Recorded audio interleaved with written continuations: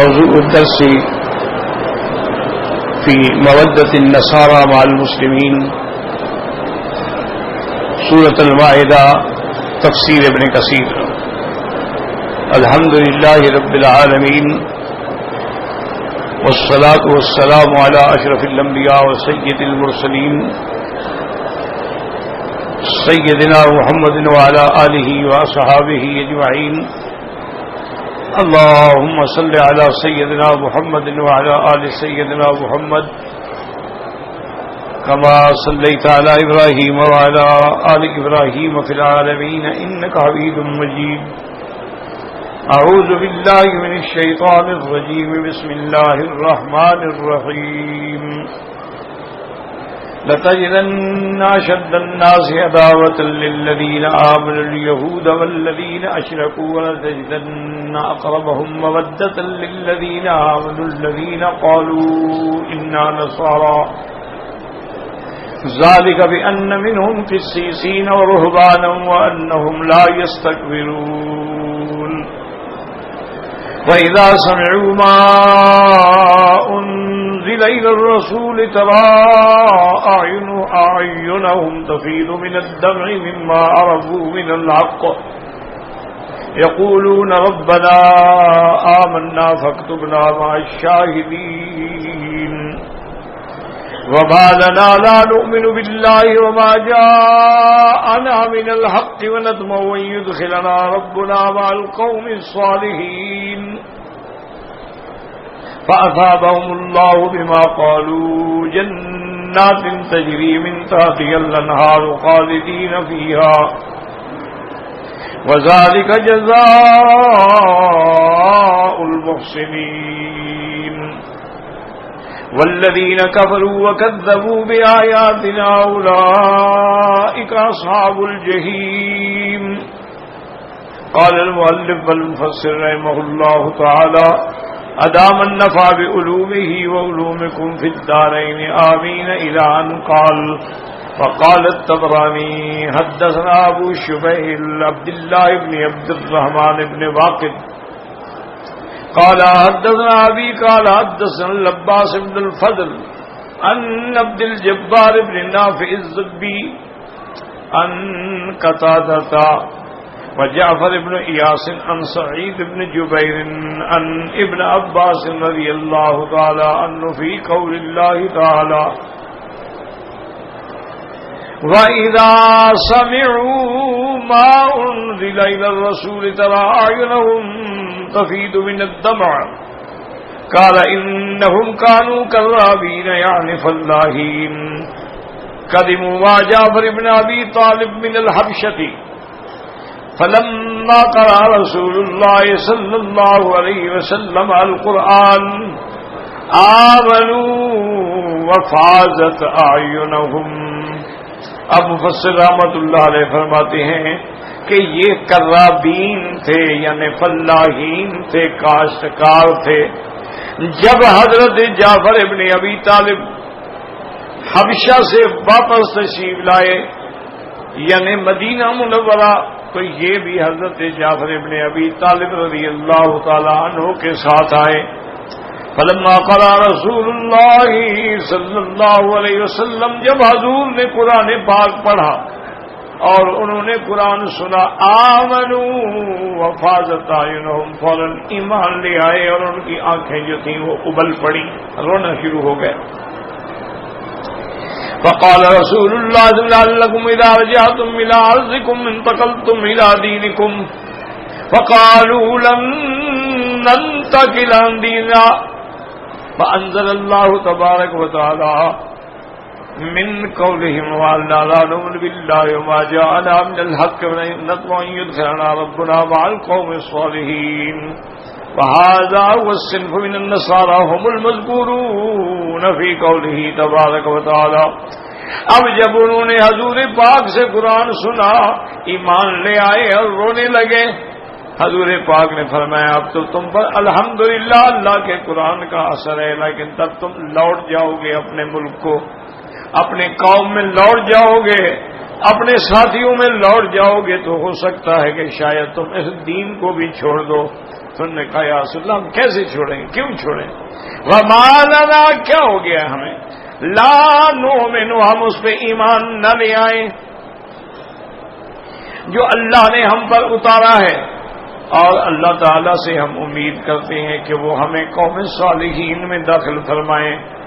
اب مفسر فرماتے ہیں یہ وہ قسم ہے نصارہ کی جن کا ذکر قرآن پاک کی دوسری آیت میں بھی آیا ہے, وَإِن مِّنْ أَهْلِ الْكِتَابِ لَمَن يُؤْمِنُ بِاللَّهِ وَمَا أُنزِلَ إِلَيْكُمْ وَمَا أُنزِلَ إِلَيْهِمْ خَاشِعِينَ لِلَّهِ. اللہ نے فرمایا اہل کتاب میں سے ایسے بھی ہیں جو اللہ پر ایمان لے آئے, وَمَا أُنزِلَ إِلَيْكُمْ, اور جو تمہاری طرف اترا ہے, وَمَا أُنزِلَ إِلَيْهِمْ, اور جو ان کے پیغمبر پہ اترا تھا. اللہ سے ڈرنے والے تو نصارہ میں یہ ایک جماعت ایسی بھی ہے جو اللہ کی تورات پر بھی ایمان لے آئے اور حضور پاک کے قرآن پہ بھی ایمان لائے, اسلام لے آئے. اسی لیے ایک حدیث میں آتا ہے کہ اہل کتاب میں سے جو لوگ یعنی پہلے صحیح معنی میں اپنے دین پہ قائم تھے پھر حضور پہ ایمان لائے, ان کو اللہ دوہرا اجر عطا فرمائیں گے, ایک اپنے دین پہ قائم رہنے کا اور ایک حضور کے دین پر چلنے کا. وهم الذين قال الله فيهم الذين آتيناهم الكتاب من قبله هم به يؤمنون. یہ وہ لوگ ہیں جن کو ہم نے آپ سے پہلے کتاب دی ہے, وہ اس پہ ایمان لاتے ہیں.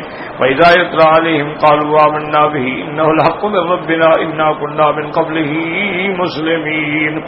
اور جب ان پہ قرآن پڑھا جاتا ہے تو وہ کہتے ہیں آمنا بِهِ, ہم ایمان لے آئے, إِنَّهُ الْحَقُّ مِن رَّبِّنَا, یہ اللہ کا کلام ہے.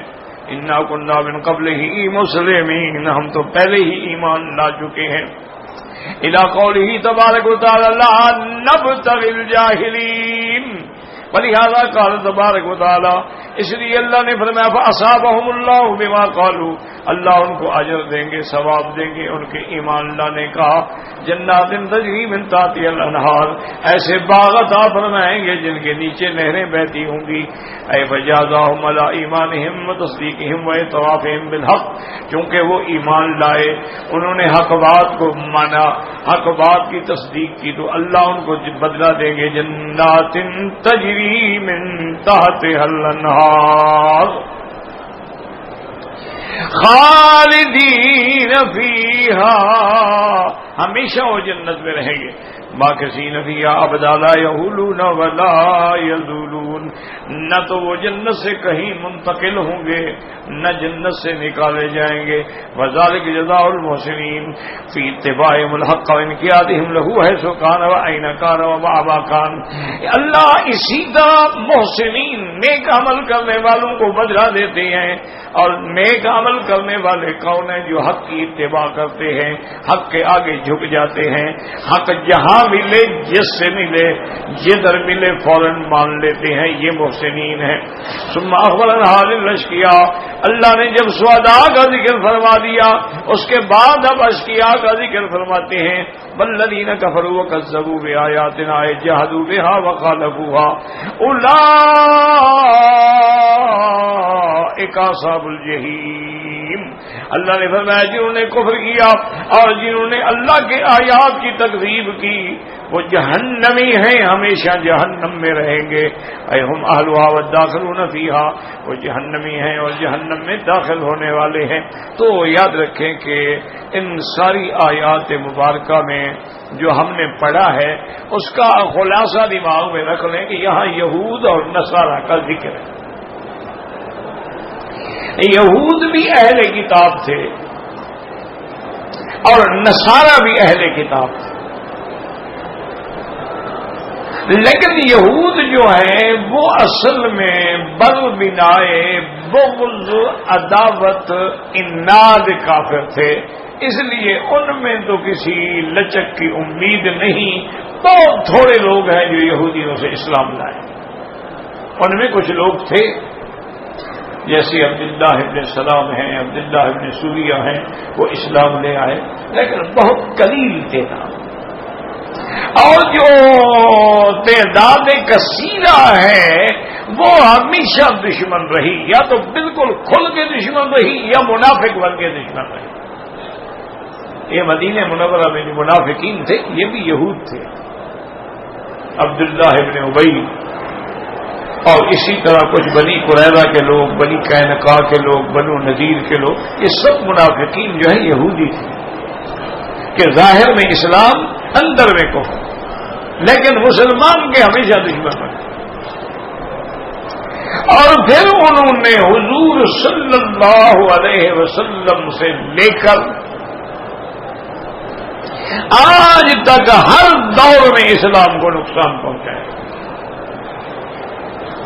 انہوں نے حضور صلی اللہ علیہ وسلم کو قتل کرنے کی سازش کی، حضور صلی اللہ علیہ وسلم کو زہر دلایا، حضور صلی اللہ علیہ وسلم پہ جادو کرایا،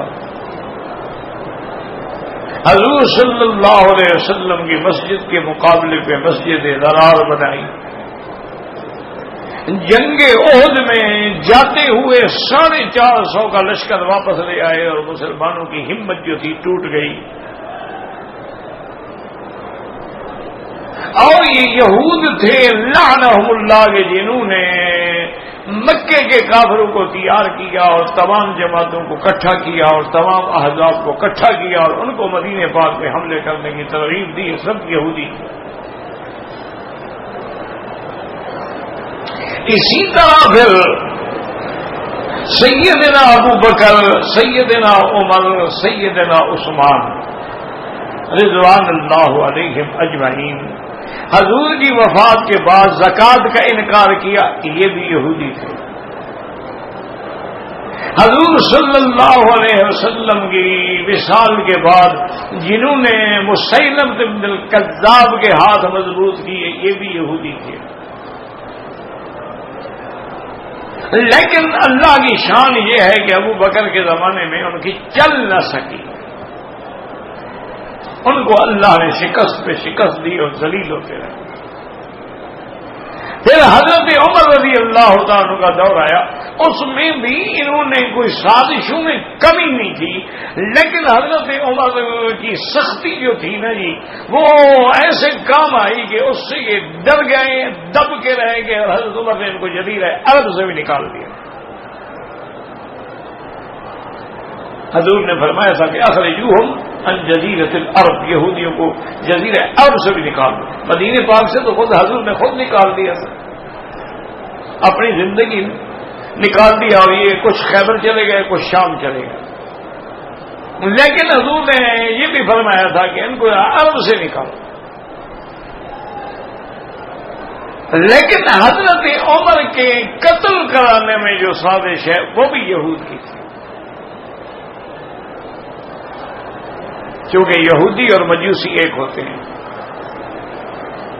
پھر جب حضرت عثمان رضی اللہ تعالی عنہ کا دور آیا تو حضرت عثمان بڑے عابد، بڑے زاہد، بڑے متقی، بڑے سخی، بڑے جواد، بڑے کریم طبع تھے، لیکن نرم دل تھے۔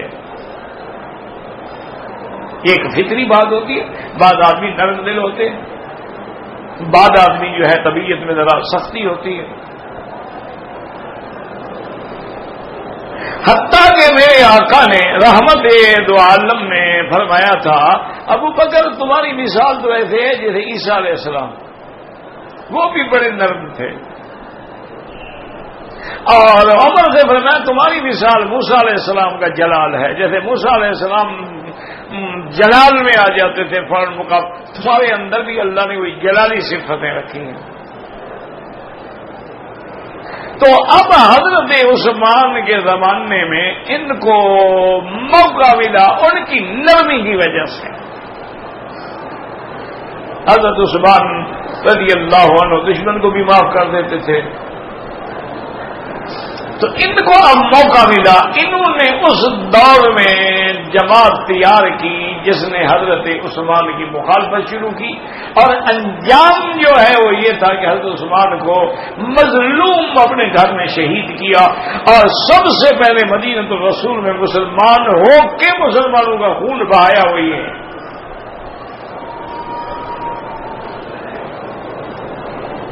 باوجود حضرت عثمان رضی اللہ تعالیٰ عنہ کے سمجھانے کے کہ حضرت عثمان اپنے گھر کی دیوار کے قریب آئے اور سارے باہر جو لوگ کھڑے تھے مدینے والے بھی تھے اور دشمن بھی تھے، وہ بھی سارے وہیں کھڑے تھے.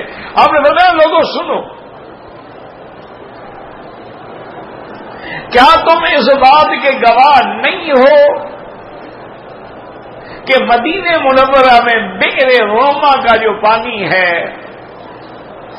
جو یہودی کے ملک تھا اور مسلمانوں کو وہ پانی پینے کے لیے بھی نہیں دیتا تھا، اگر دیتا تو پیسے لیتا تھا بدبخت. تو ایک دن حضور نے فرمایا کہ کوئی اللہ کا بندہ اگر یہ کنواں لے کر مدینے کے مومن اور مسلمانوں کے لیے وقف کر دے، اس کی جنت کا میں محمد ذمہ دار ہوں، میں ضمانت دیتا ہوں. حضرت عثمان اس یہودی کے پاس گیا. وہ یہودی بڑا بدبخت تھا، وہ بھی سن چکا تھا کہ عثمان نے ہر حال میں خریدنا ہے، ورنہ وہ 1000-2000 درہم کا اس زمانے میں وہ کنواں تھا. لیکن وہ بڑھاتا گیا حتیٰ کہ 20,000 درہم دے کے حضرت عثمان نے وہ کنواں خریدا اور وہ دستاویز لے کے حضور کے سامنے رکھی کہ یا رسول اللہ اتنی اس طرح تو بئر روما میں نے خرید لیا ہے اور میں وقف کرتا ہوں مدینے کے مسلمانوں پہ. حضور نے مبارکباد دی اور فرمایا وجبت لک الجنہ، عثمان تیرے لیے جنت واجب ہوگا.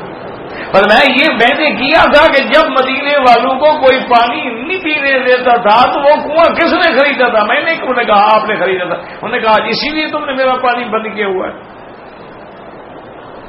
میں نے سارے مدینے والوں کو پانی پلایا اور تم نے میرا پانی بند کیا ہوا.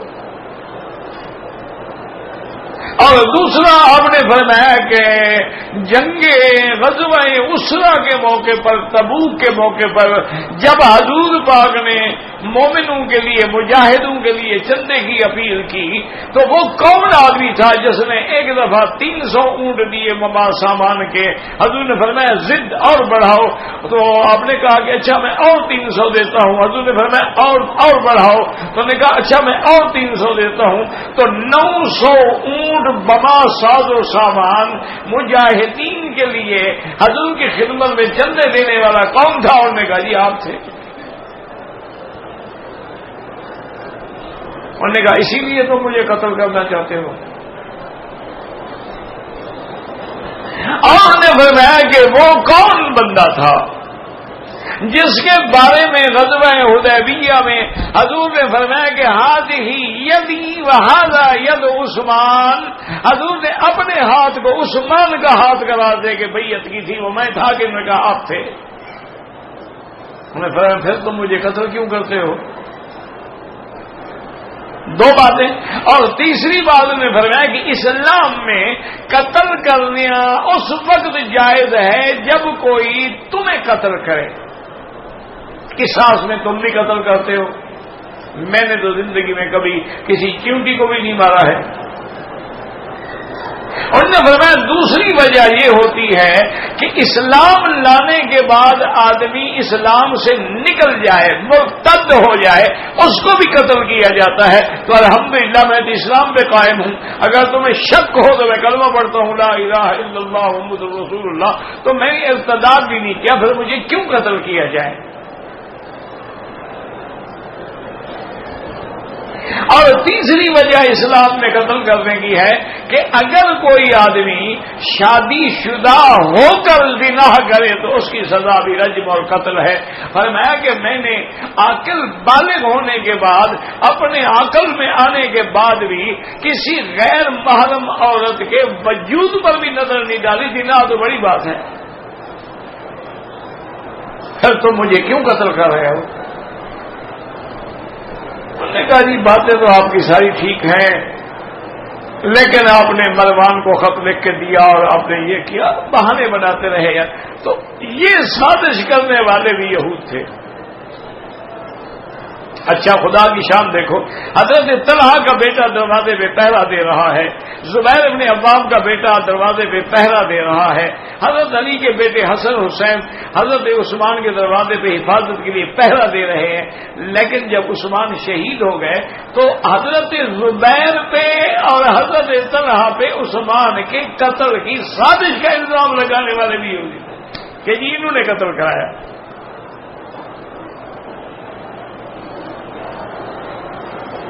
اس لیے میرے کہنے کا مقصد یہ تھا کہ یہ یہود ایسی ظالم قوم ہے کہ اس دور سے لے کر پھر حضرت علی کے ساتھ آ کے مل گئے. اب یہ نتیجہ یہ نکلا کہ بی بی عائشہ، حضرت طلحہ، حضرت زبیر اور ان کے ماننے والے ایک طرف ہو گئے، حضرت علی کے ماننے والے ایک طرف ہو گئے، اور ان کو اس بات پہ آمادہ کیا.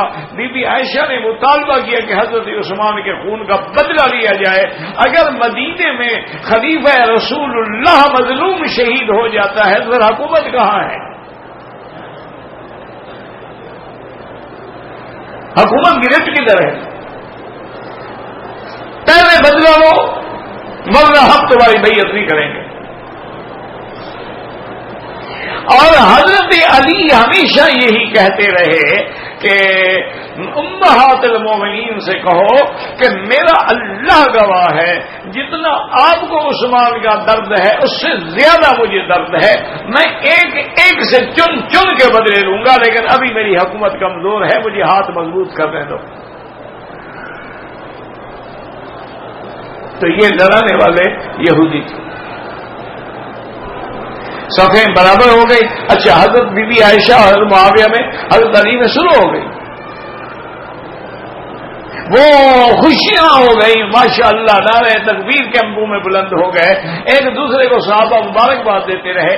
لیکن جب رات ہو گئی تو ان یہودیوں نے کیا کیا، کچھ لوگ حضرت علی کے کیمپ پہ حملہ کرنے کے لیے بھیجے، کچھ حضرت عائشہ کے کیمپ پہ حملہ کرنے کے لیے بھیجے. انہوں نے کہا علی کی فوج آ گئی، انہوں نے کہا عائشہ کی فوج آ گئی. صحابہ لڑ پڑے، ہزاروں صحابہ شہید ہو گئے.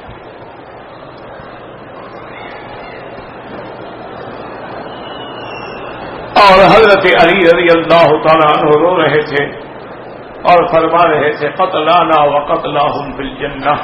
الحمدللہ، جو ہماری طرف سے قتل ہوئے ہیں یا عائشہ کی طرف سے قتل ہوئے ہیں، دونوں جنتی ہیں، کیونکہ ہماری تو سلو ہو گئی تھی، ہمیں تو دشمن نے لڑا دیا.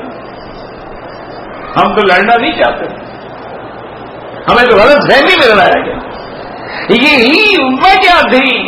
اگر شیعہ میں یہ ہمت ہے تو ثابت کرے اپنی کتابوں سے کہ اگر وہ کافر تھے تو کیا حضرت علی نے ان کی عورتوں کو پکڑ کے بانیاں بنایا، ان کے مال کو مال غنیمت سمجھا؟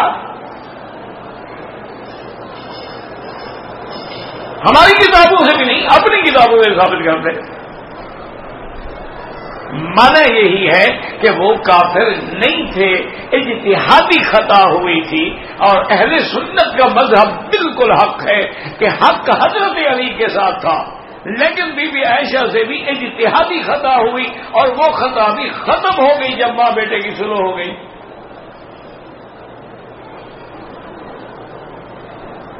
اور سیدنا علی نے جب سیدہ عائشہ کا ہودج جو ہے، جسے اونٹ کے اوپر رکھا جاتا ہے، عربوں میں ہودج ہوتا ہے، ہمارے ہاں پلان کہتے ہیں، تو وہ کمرے کی طرح ایسے گول بنا ہوتا ہے اس میں. تو ہودج جب گرا ہے اور بی بی عائشہ کا ہودج گرا، اونٹ سے لڑائی تھی نا، اونٹ بھاگ رہے تھے، تو سب سے پہلے کپڑا ڈالنے والا حضرت علی تھا. اور اس نے کہا کہ یا اماں جان، آپ نے اپنے باپ کو بھی مصیبت میں ڈالا ہے اور ہمیں بھی مصیبت میں ڈالا ہے. بی بی عائشہ نے کہا علی، میں نے تو آپ سے سلو کر دی، ہم نے تو حملہ نہیں کیا.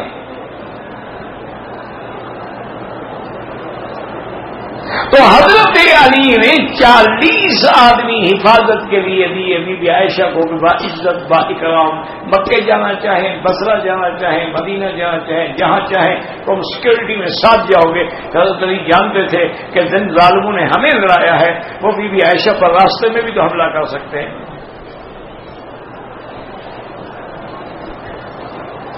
پھر سیدنا علی اور سیدنا معاویہ میں جنگ کرانے والے کون تھے؟ یہودی تھے. مسلمانوں، ایک ہوتا ہے جذبات میں آ جانا، جھوٹی روایتیں جیسے واقعی ہے، اسی طرح کے جھوٹے جھوٹے مورخ ہیں، ایک تاریخ طبری والا ہے، اور کئی لوگ ہیں انہوں نے باتیں لکھی ہیں۔ مسلمانوں کو غور کرنا چاہیے کہ بھی حضرت علی جو ہیں یہ علی ابن ابی طالب ہیں، داماد محمد مصطفیٰ ہے اور کاتب محمد مصطفیٰ ہے، یعنی حضور کا فرمان لکھنے والوں میں حضرت علی ہے اور داماد محمد مصطفیٰ ہے، اور حضرت معاویہ جو ہیں ابو سفیان کے بیٹے ہیں، کاتب الوحی ہیں، جلیل القدر صحابی ہیں اور حضور کے سالہ ہیں، ان کی بہن بی بی ام حبیبہ حضور کی بیوی ہے۔ یہ تو قریبی رشتے دار ہیں۔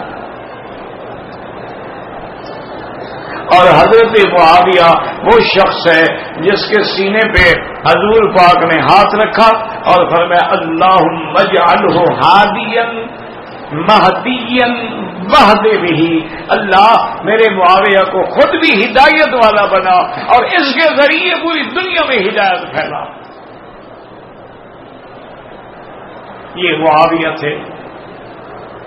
حضور نے جن کے بارے میں ایک خواب دیکھنے کے بعد فرمایا تھا کہ میں نے خواب دیکھا ہے کہ میری امت میں ایک جماعت ہوگی یرکبون علی صفد البحر، وہ کشتیوں میں سوار ہو کر کفار سے جنگ لڑیں گے، فرمایا ان کا مرتبہ ایسے ہوگا کہ انہم اصحاب البدریون، جیسے میرے اصحاب بدر کا مقام ہے، اللہ ان کو وہی درجہ دیں گے۔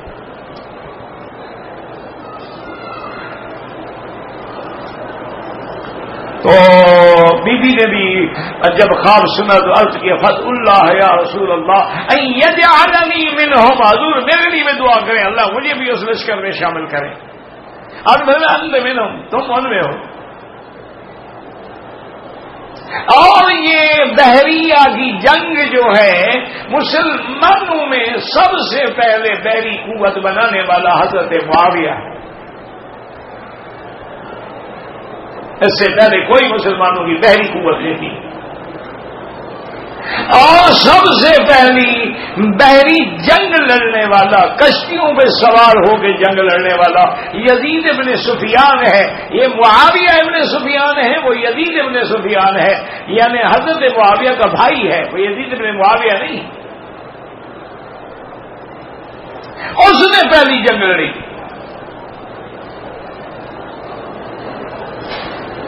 اللہ اکبر، یہ تو دنیا کس سے بناتی ہے نا، اللہ معاف فرمائے، کیا کیا جائے۔ اچھا خدا کی شان، پھر حضرت علی اور حضرت معاویہ میں جنگ کرانے والے کون ہیں؟ یہودی۔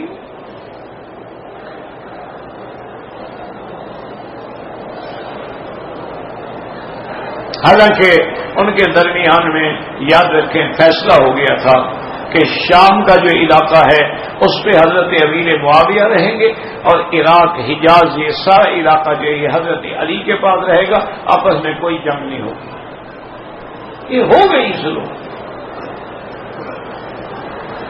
لیکن دشمن تو اندر اندر کام کر رہا تھا، کچھ حضرت علی کے ساتھ ملے ہوئے تھے، کچھ حضرت معاویہ کے ساتھ ملے ہوئے تھے۔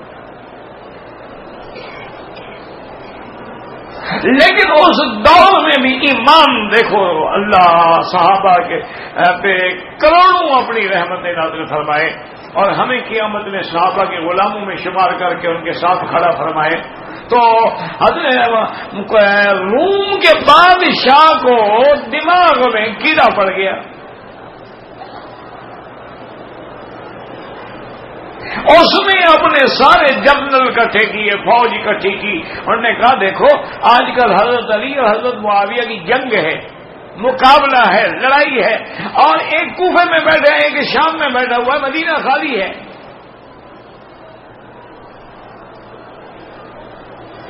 یہ ہمارے لیے موقع ہے کہ ہم اپنی پوری فوجی قوت کے ساتھ مدینے پہ حملہ کر دیں۔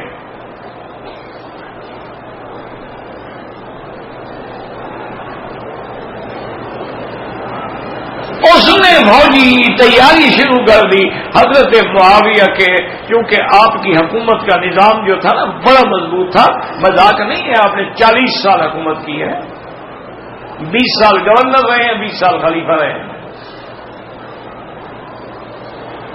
آپ کو اطلاع مل گئی کہ روم کے بادشاہ نے تیاری شروع کر دی ہے، فوجیں شروع کر دی اور ہماری بارڈر پہ فوجیں لا رہا ہے، تو آپ نے خط لکھا اور اس میں پتہ ہے کیا لکھا اوپر سب سے پہلا کلمہ تھا یا کلب الروم، اے روم کے کتے.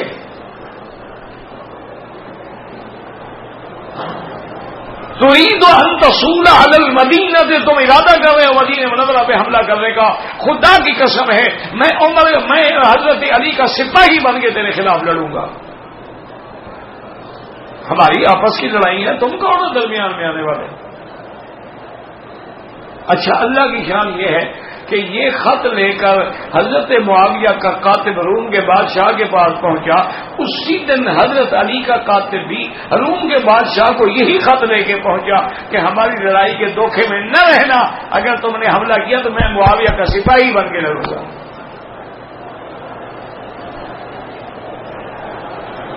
ان کو لڑانے والے کون تھے؟ یہود. اور آج بھی عراق میں، شام میں، فلسطین میں، کشمیر میں، یمن میں، ہر جگہ فتنہ پھیلانے والے اور ان کو طاقت دینے والے کون ہیں؟ یہود ہیں. آپ تاریخیں اٹھا کے دیکھیں، میری باتوں میں نہ آئے کہ جب ایران اور عراق کو لڑایا گیا تھا اسلحہ دینے والا اسرائیل تھا.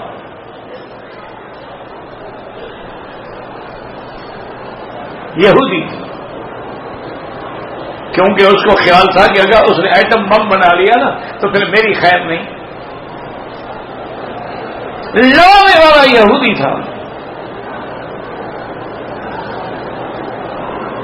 اور جناب والا آپ کس بات کو روئیں گے؟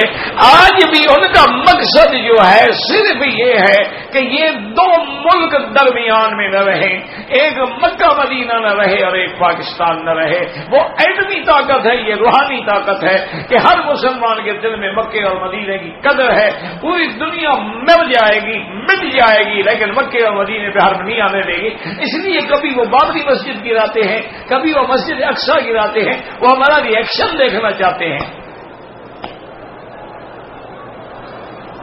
ایک بابری مسجد سے کیا فرق پڑتا ہے؟ ایک بابری مسجد گر جائے انڈیا میں تو کیا ہے، مسلمان نماز چھوڑ رہے، اس کے بعد کئی ہزار مسجدیں بن گئی ہیں. اچھا، اور جنہوں نے بابری مسجد کی اینٹیں گرائی تھی نا، اللہ نے بعض پہ تو طاعون مسلط کر دیا، وہ طاعون کی وبا میں مر گئے اور بعض خود مسلمان ہو گئے.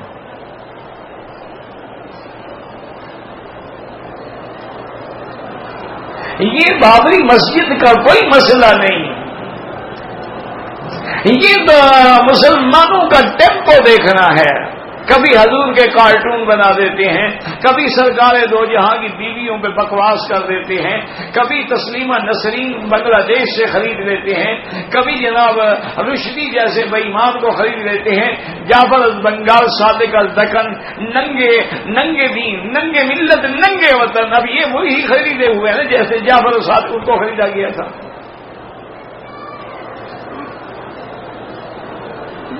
یہ ابو الفضل الفیضی، یہ مرزا غلام احمد قادیانی، یہ کئی اعلی حضرت اور کئی سر اور کئی مخدوم اور کئی ڈاکٹر، یہ سارے اس یہودی اور کافر کی سازش کے بنے ہوئے لوگ ہیں.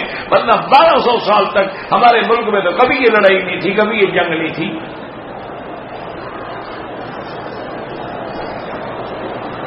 کبھی لڑائی نہیں ہوئی، نہ آمین پہ، نہ رفع یدین پہ، نہ ٹانگیں کتنی کھولی جائیں، نہ چھوٹی بستیوں میں جمعہ ہوتا ہے. کبھی یہ لڑائیاں تھیں ہی نہیں.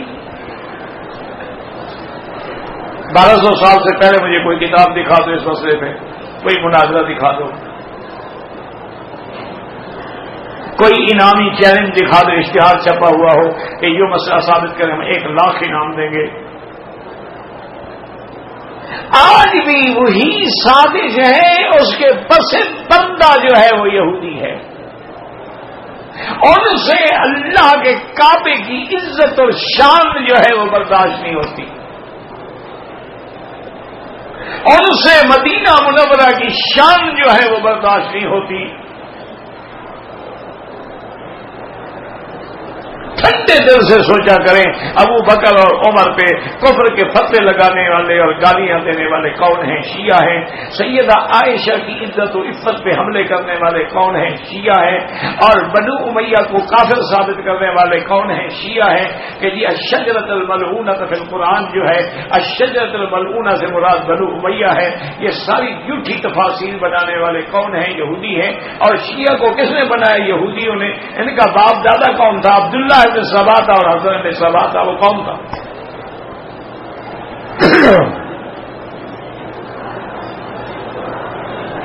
حضرت حسین کو کوفے میں بلانے والے کون تھے اور شہید کروانے والے کون تھے؟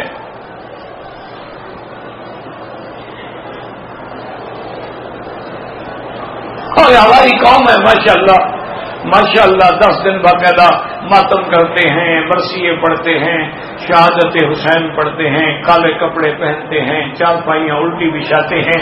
ماشاءاللہ کبھی ٹھنڈے دل سے ناراض نہ ہو، ان کو بلا کے کہو کہ بھئی یہ کربلا کا واقعہ جو ہے آخر کسی راوی نے بیان کیا ہوگا نا۔ بھی مثلا بھئی میں پوچھوں کہ یار آپ ہندوستان سے آئے ہیں یا بنگلہ دیش سے، وہاں ایک واقعہ ہوا ہے تو کوئی بندہ بیان کرے گا نا۔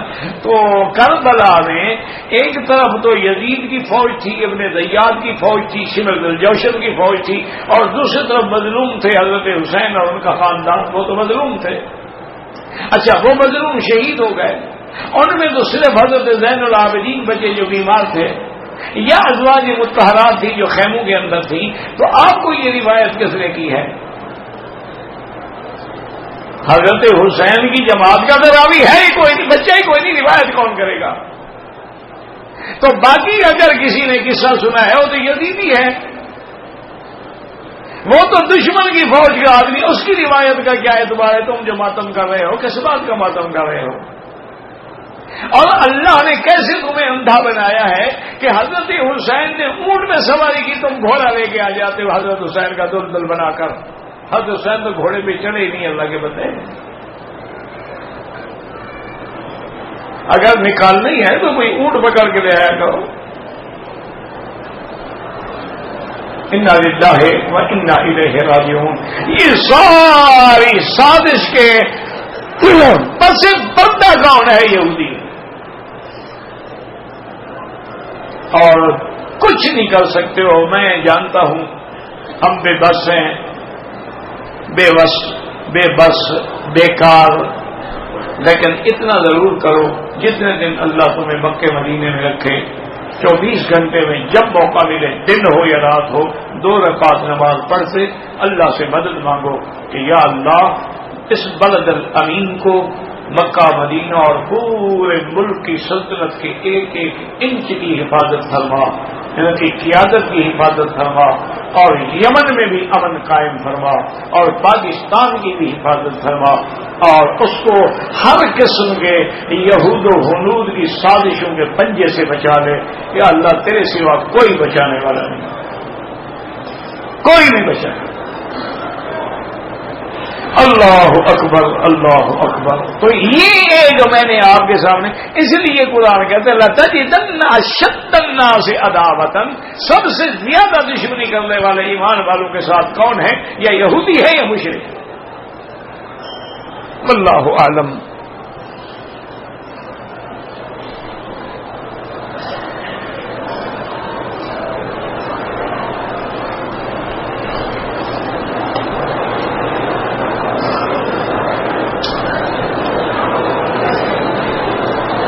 میرا بھائی گزارش یہ ہے کہ اللہ کا قرآن تمہارے پاس موجود ہے، اور قرآن پاک میں حضرت آدم علیہ السلام سے لے کر میرے بدنی پاک حضرت محمد مصطفیٰ صلی اللہ علیہ وسلم کے ہر پیغمبر کی دعا موجود ہے۔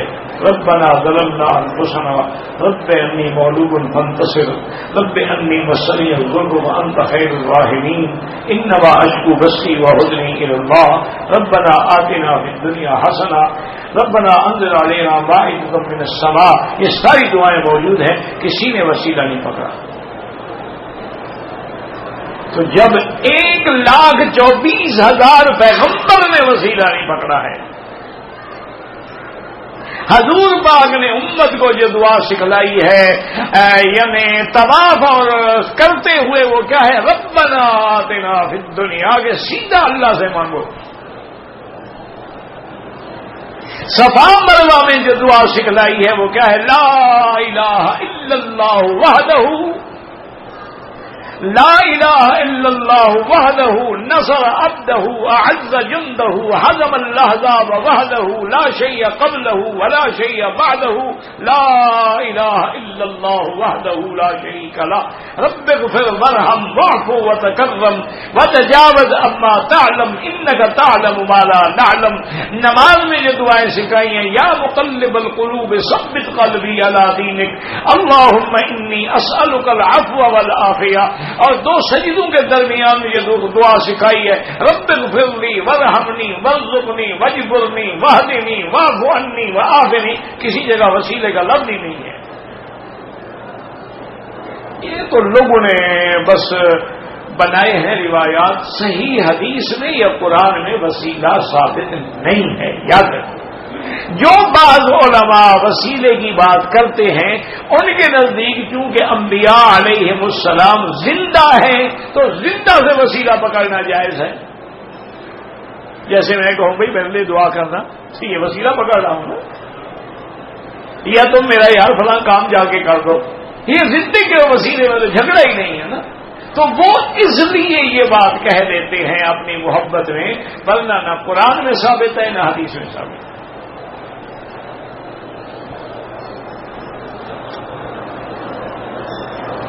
نماز جنازہ میں 2 تکبیریں ہو گئی تو آپ باقی جو ہے نا دعا پڑھ لیں.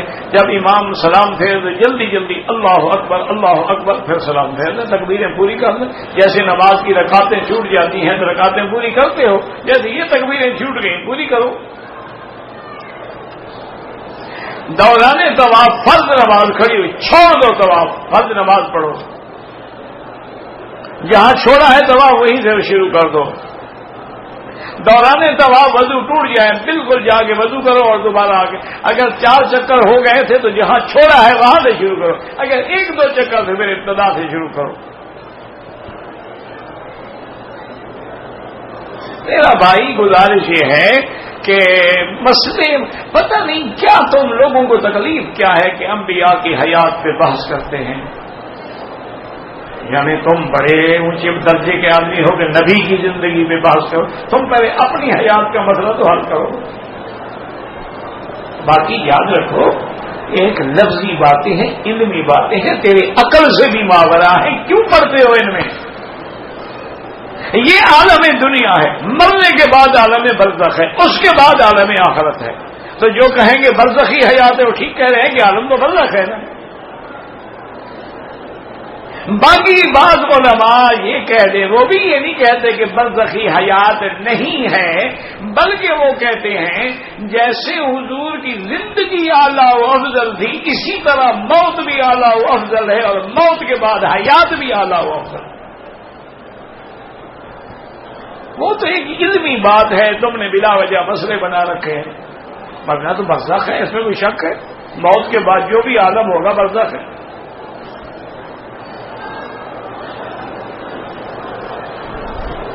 نبینا صحابی کی جو حدیث ہے، پہلے تو حدیث ضعیف ہے. عقیدے میں حدیث ضعیف پیش نہیں ہوتی، عقیدے میں قرآن پیش ہوتا ہے. یہ حدیث متواتر قطعی الدلالت و ثبوت پیش ہوتی ہے. مسافر کو مقیم امام کے ساتھ صرف 1 رکعت ملے پھر بھی وہ پوری پڑے گا کیونکہ امام مقیم ہے. امام نے تو 4 کی نیت کی ہوئی تھی، اب میں مسافر میں نے پڑھنی تھی 2، لیکن مجھے 1 رکعت. اب یہ نہیں کہ 1 رکعت پر میں سلام نہیں، اب میں امام کے تابع ہو گیا. یہی تو ہم کہتے ہیں کہ بابا امام کے بغیر گزارا نہیں ہو سکتا، امام ماننا پڑے گا اور اس کے تابع ہونا پڑے گا.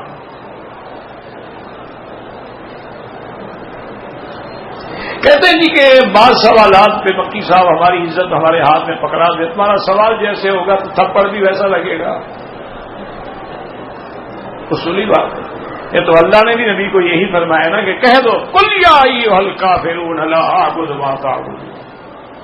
اللہ نے قرآن میں کہا وَكُلٍّ بَعْدَ ذَلِكَ زَنِيمٌ، یہ حرامی بھی ہے اور یہ سرکش بھی ہے اور اس کا یہ ولد الزنا بھی ہے. قرآن میں اللہ نے کہا ہے. پھر آپ کہیں اسے عزت پکڑا دی اللہ نے اس کی. جیسا سوال ہوگا ویسا جواب ہوگا، کیونکہ عام سوال جواب آپ کو سمجھ ہی نہیں آتے. کلم الناس علی قدر عقولہم، جیسے عقل ہو اسی طرح جواب دو. بیوی فوت ہو جائے تو خامند اس کا چہرہ دیکھ سکتا ہے. ساری زندگی جو دیکھا ہے کافی ہے، آگے آخرت میں بھی دیکھ لو گے انشاءاللہ. ویسے کوئی حاضر نہیں آپ دیکھ سکتا ہے اس کی قبر، اس کی میت کو کندھا بھی دے سکتے، غیر دے سکتے ہیں، تم کندھا نہیں دے سکتے ہو. کیوں؟ اب تمہارا کندھا خراب ہو گیا ہے. اب جب ایسے مسئلے پوچھو گے بتاؤ میں کیا کروں.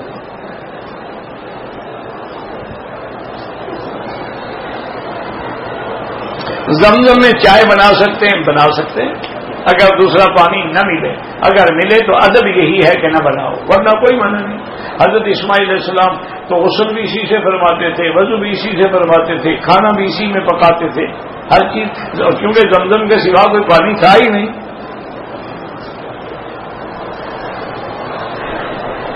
اگر یہاں جو کھانا تقسیم ہو رہا ہوتا ہے کوئی امیر آدمی ہو تو لے سکتا ہے. کوشش کرو نہ لینے کی، کیونکہ اس میں کوئی شک نہیں کہ یہ کھانا زکوٰۃ کا نہیں ہوتا. وہ لے آتے ہیں کہ جو مہمان آئے ہوئے ہم ان کو کھانا دیں مسافروں کو. لیکن اگر تم لے لو گے تو ایک غریب کا حق تو مار دو گے نا. تم لے لو پھر کسی راستے میں جاتے ہوئے مسکین کو دے دو، غریب کو دے دو، لنگڑے کو دے دو. ویسے کھا سکتے ہو کہ صدقہ نہیں، زکوٰۃ نہیں ہوتی ہے. آفاقی ڈرائیور ہے اور اگر اس کو بار بار آنا جانا ہے، مدینے سے احرام نہ باندھے اس پہ دم نہیں پڑے گی.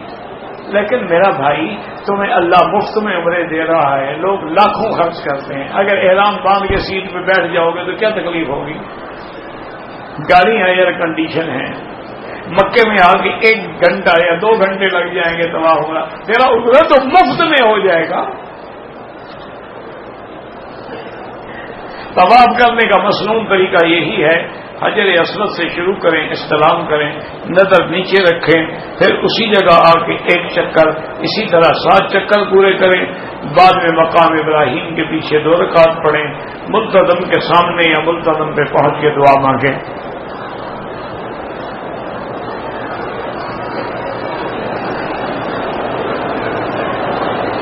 ہمارے ہاں سینکڑوں آدمی ہم پانی نہیں ملا پورا کر سکتے، نہیں کر سکتے، نہ لے جاؤ.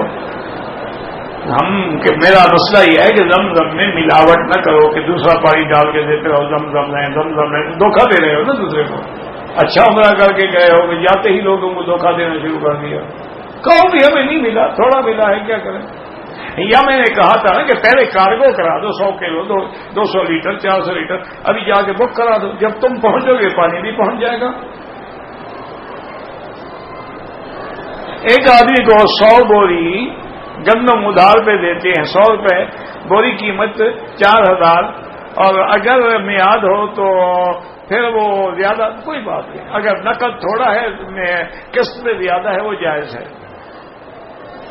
اسی طرح ٹریکٹر کی قیمت ہے، نقد مثلاً 5 لاکھ ہے، ادھار 6 لاکھ ہے، جائز ہے.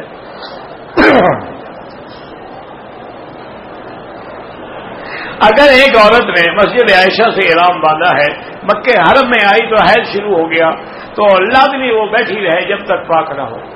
اگر مدینہ منورہ بھی جانا ہے تو گویا وہ اسی احرام کی حالت میں جائے گی، اپنے آپ کو احرام میں سمجھے گی کہ میں احرام میں ہوں. چاہے وہاں غسل بھی کر لے گی لیکن احرام ہے، یعنی خاوند سے دور رہے گی، خوشبو نہیں لگائے گی، کنگھی پٹی نہیں کرے گی، تو اسی طرح پھر احرام کے ساتھ آ کے عمرہ مکمل کرے گی. لیکن افضل یہی ہے نہ جائے، 4 دن بعد چلے جائیں، کیا مشکل ہے.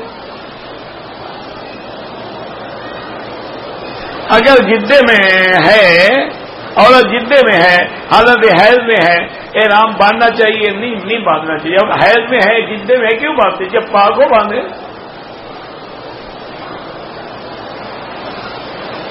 میری بیوی نے رات کو سوتے وقت نیت کی روزہ رکھوں گی، گھڑی میں الارم بھی لگا دیا تو سو گئی، روزہ رکھ لیا، روزہ ہوگا، ہو جائے گا، بغیر کھانے بھی ہو جائے گا.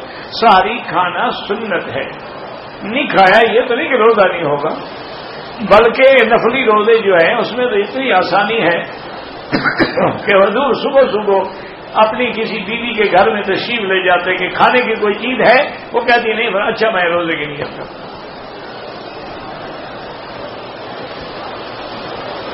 کہتے ہیں جی کہ تبلیغی جماعت کے نصاب میں لکھا ہے تو بہرحال نہ قرآن کی آیت ہے نہ حدیث کی آیت ہے.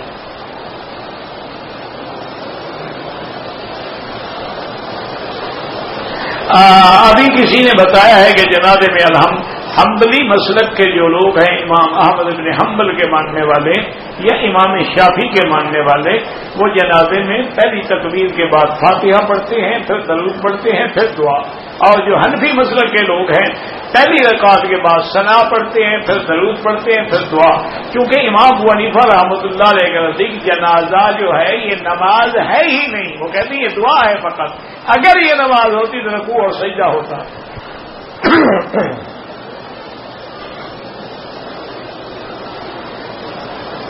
پاک ہونے سے پہلے آپ پاکستان نہیں جا سکتی. اگر آپ جائیں گی تو آپ کا عمرہ توڑیں گی، دم بھی دینی پڑے گی اور گناہگار بھی رہیں گی.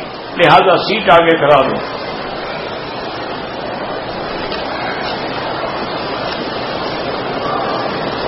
میں 2 مسجدوں کے درمیان میں کام کرتا ہوں. دیوبندیوں کی مسجد ہے، مدرسے میں وضو کے لیے جانا پڑتا ہے، طلبہ کے لیے کافی دشوار ہے. اس لیے میں بریلویوں کی مسجد میں یعنی آسانی کے ساتھ بدعتی کے پیچھے نماز پڑھے تو نماز ہی نہیں ہوتی. اچھی آسانی ہوئی، یعنی وہاں وضو کی تکلیف ہوتی ہے، بیچارے کو لیٹ ہونا پڑتا ہے، اور یہاں وضو آسانی سے ہو جاتا ہے. لیکن الحمدللہ وضو تو تمہارا ہو گیا، نماز نہیں ہوگی اہل بدعت کے پیچھے.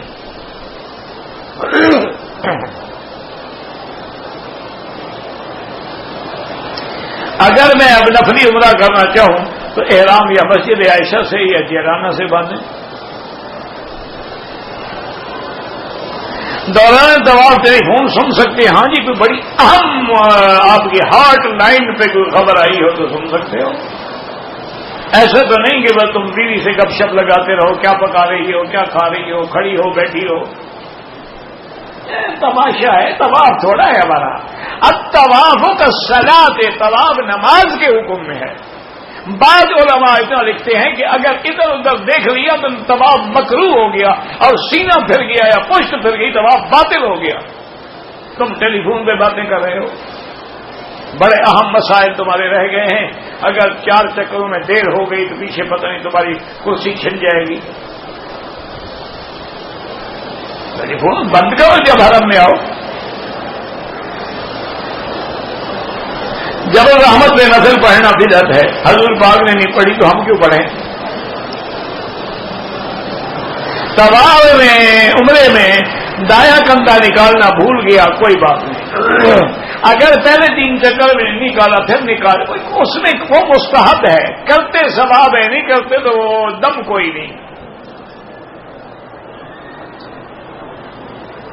پورے مکے شہر میں جہاں بھی نماز پڑھو 1 لاکھ ملتا ہے، لیکن جب کعبے میں آ کے پڑھو گے 27 لاکھ ملتا ہے.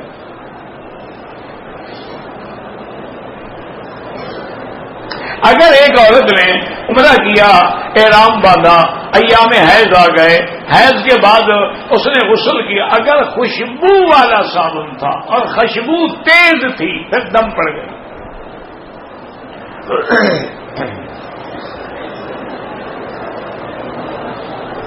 کوئی عورت مدینہ منورہ سے واپسی احرام کی حالت میں عمرے کی ادائیگی سے پہلے ناپاک ہو جائے تو اس کا علاج یہ ہے کہ یا تو ابھی سے گولیاں کھانی شروع کر دے، حیض آئے گا ہی نہیں، اپنا عمرہ کر کے چلی جائے، یا پھر عمرہ نہ کرے. اگر ہاتھ لگ جائے حجر اسود کو تو چوم لو، نہ لگے تو افضل یہ ہے کہ نہ چومیں. بعض علماء جائز سمجھتے ہیں.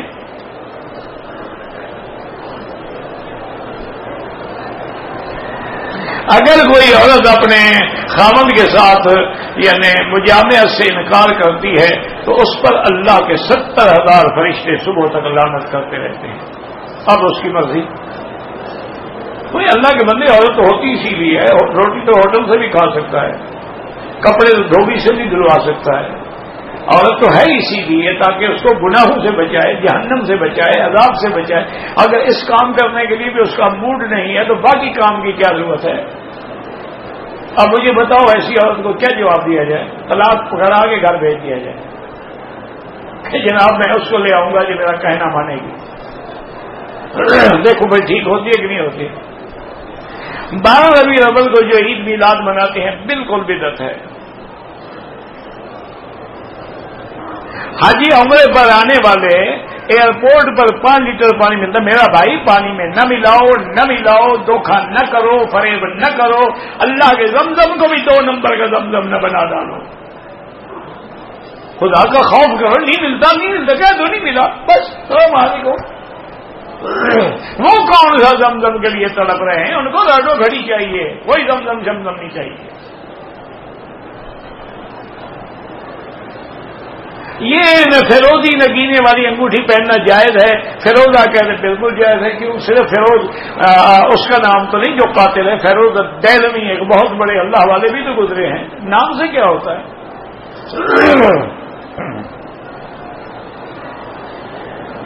میں نے پشاور سے احرام باندھا، شلوار نکالنا نہیں، 4-5 گھنٹے کے بعد جہاز میں آیا تو شلوار نکال دیا تو 5-10 ریال خیرات کر دو. خاوند اپنی بیوی کو غسل دے سکتا ہے، اگر کوئی نہ ہو تو دے سکتا ہے، کوئی مسئلہ نہیں. اگر عورتیں موجود ہیں پھر غسل نہ دے. اگر اور عورتیں موجود نہیں ہیں تو اب غیر مرد تو غسل نہیں دے گا نا، پھر خاوند نہیں دے گا.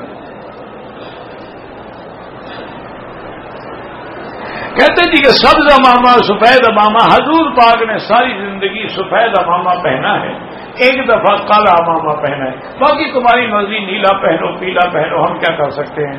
پہنو تو صحیح. چلو ایک سنت پہ تو عمل کرو. باقی اس نیت سے نہ پہنو کہ پتہ لگے یہ اس پارٹی کا آدمی ہے. اس نیت سے پہنو گے تو پھر حرام ہے.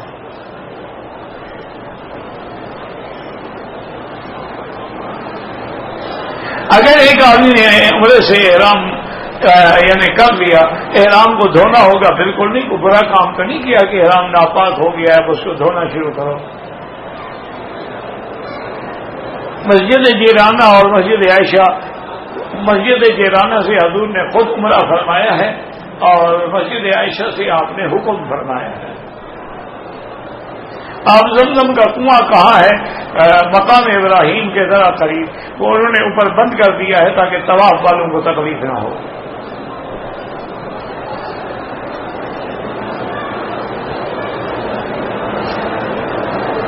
اگر احرام کی حالت میں کسی خوشبو والی چیز کو ہاتھ لگ جائے کوئی کچھ نہیں ہوتا، لیکن فوراً دھو ڈالو.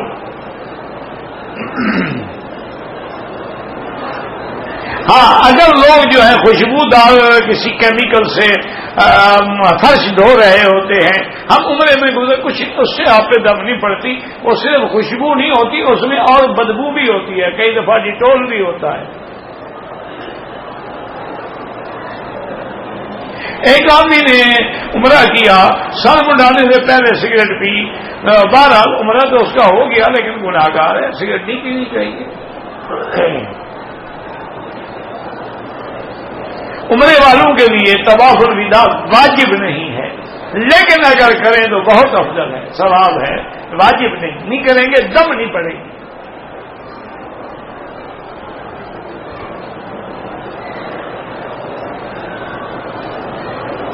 کہتے جی کہ آپ کہہ رہے تھے کہ میں شادی کروا دوں. میں نے کہا نا آپ جس علاقے کے لوگ ہیں اس علاقے میں آپ اپنے ایڈریس لکھ دیں.